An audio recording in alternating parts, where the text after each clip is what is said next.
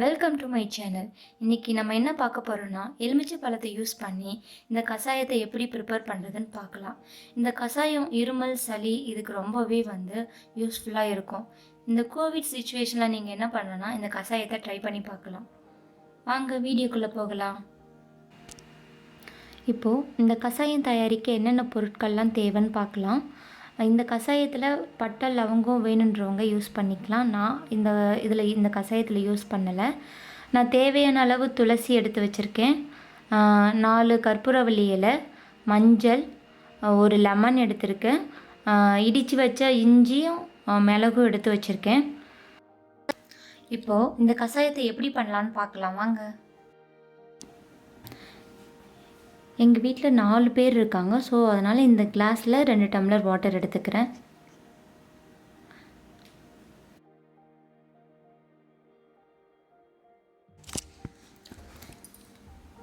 இப்போ வாங்க எடுத்து வச்சுருக்க பொருளை 1 by 1 ஆட் பண்ணலாம்.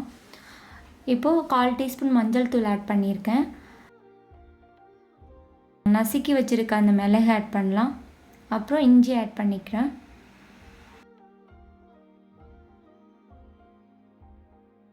அப்புறம் தேவையான அளவு துளசி ஆட் பண்ணிக்கலாம். அதுக்கப்புறம் 4 கற்பூரவள்ளி இலையும் ஆட் பண்ணிக்கலாம். இப்போது இது நல்லா 5 மினிட்ஸ் நல்லா கொதிக்க விடணும். இப்போ எல்லா பொருட்களையும் ஆட் பண்ணிட்டோம். ஆட் பண்ணியிருக்க அந்த 2 கிளாஸ் வாட்டர் 1 கிளாஸ் ஆகிற வரைக்கும் நல்லா கொதிக்க விடணும்.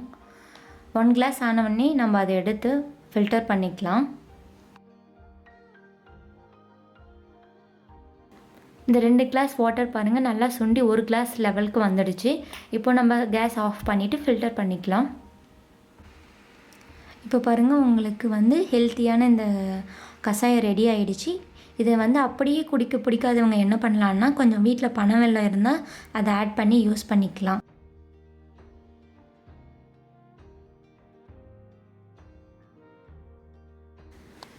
ஆல்ரெடி ஒரு லெமன் கட் பண்ணி வச்சுருக்கோம். இந்த லெமனை ஃபில்டர் பண்ண அந்த கஷாயத்தில் நம்ம ஆட் பண்ணிக்கலாம்.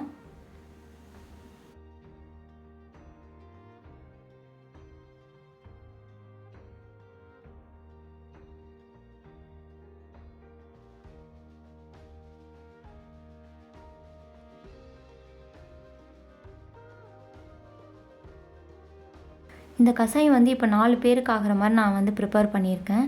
நீங்கள் உங்கள் வீட்டில் எத்தனை பேர் இருக்காங்க அதுக்கேற்ற மாதிரி நீங்கள் இந்த கஷாயத்தை ப்ரிப்பேர் பண்ணி நீங்கள் யூஸ் பண்ணிக்கலாம்.